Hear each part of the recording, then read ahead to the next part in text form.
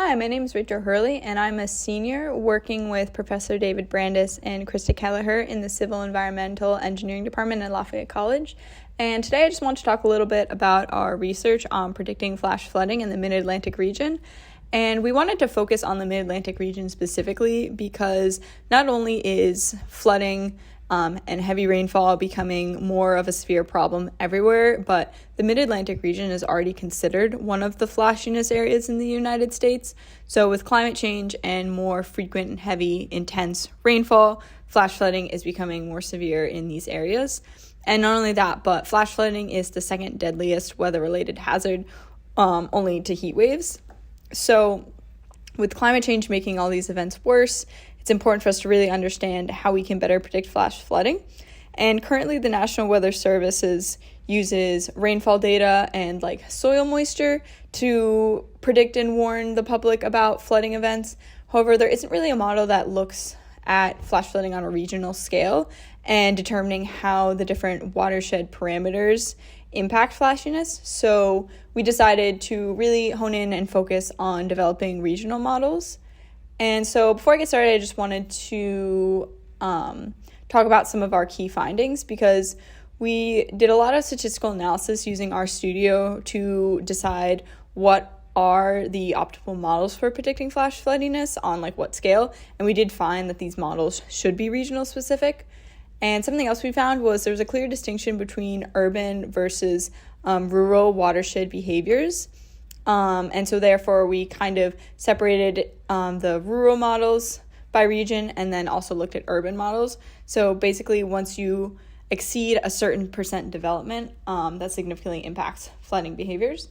And the last key finding we found was that across all regions, wetland cover was a prominent buffer of flashiness, which is really important because when thinking about wetlands, not only are they a good buffer for flashiness, but they provide lots of ecosystem services. They're good for the local community, they promote biodiversity, and also water purification. So it's important to really think about preserving wetlands whenever we can in both rural but also urban environments.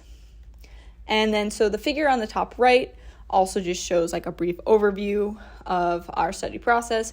So we have 11 different watershed parameters that we looked at.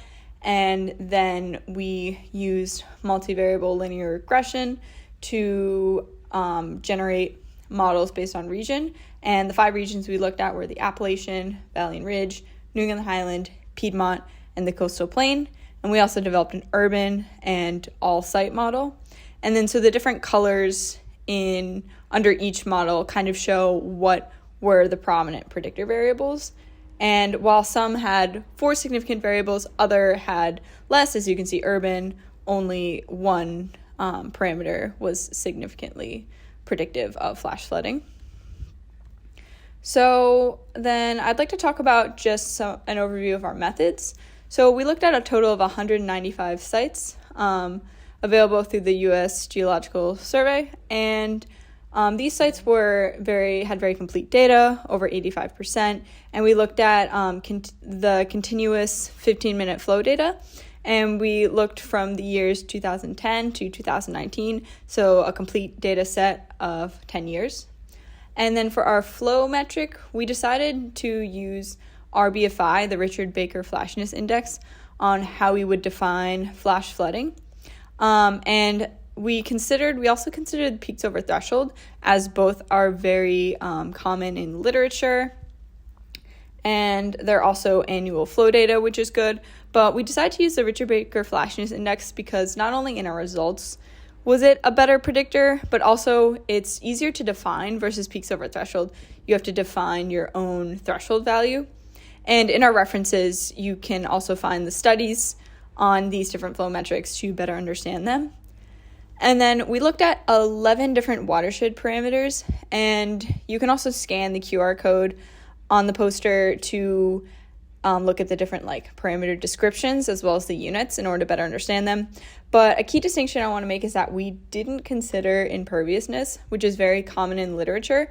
And the reason that we decided to look at development over imperviousness was that the two are very highly correlated, but development had less stronger correlations among the other watershed characteristics.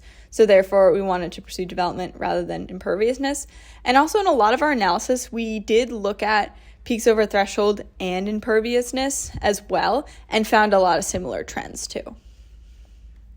So the first result I wanted to talk about was the distinction between urban and rural watersheds, because we grouped the different sites by 10% development just to kind of see how development, which was the most prominent predictor variable, impacted flashiness.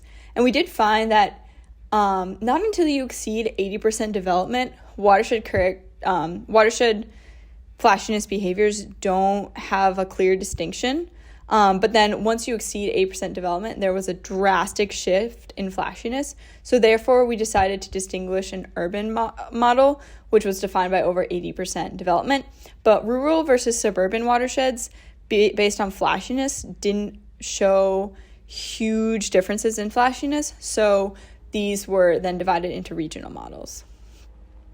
And so our final models, we had a myriad of different, basically based on region, different watershed parameters impacted flashiness.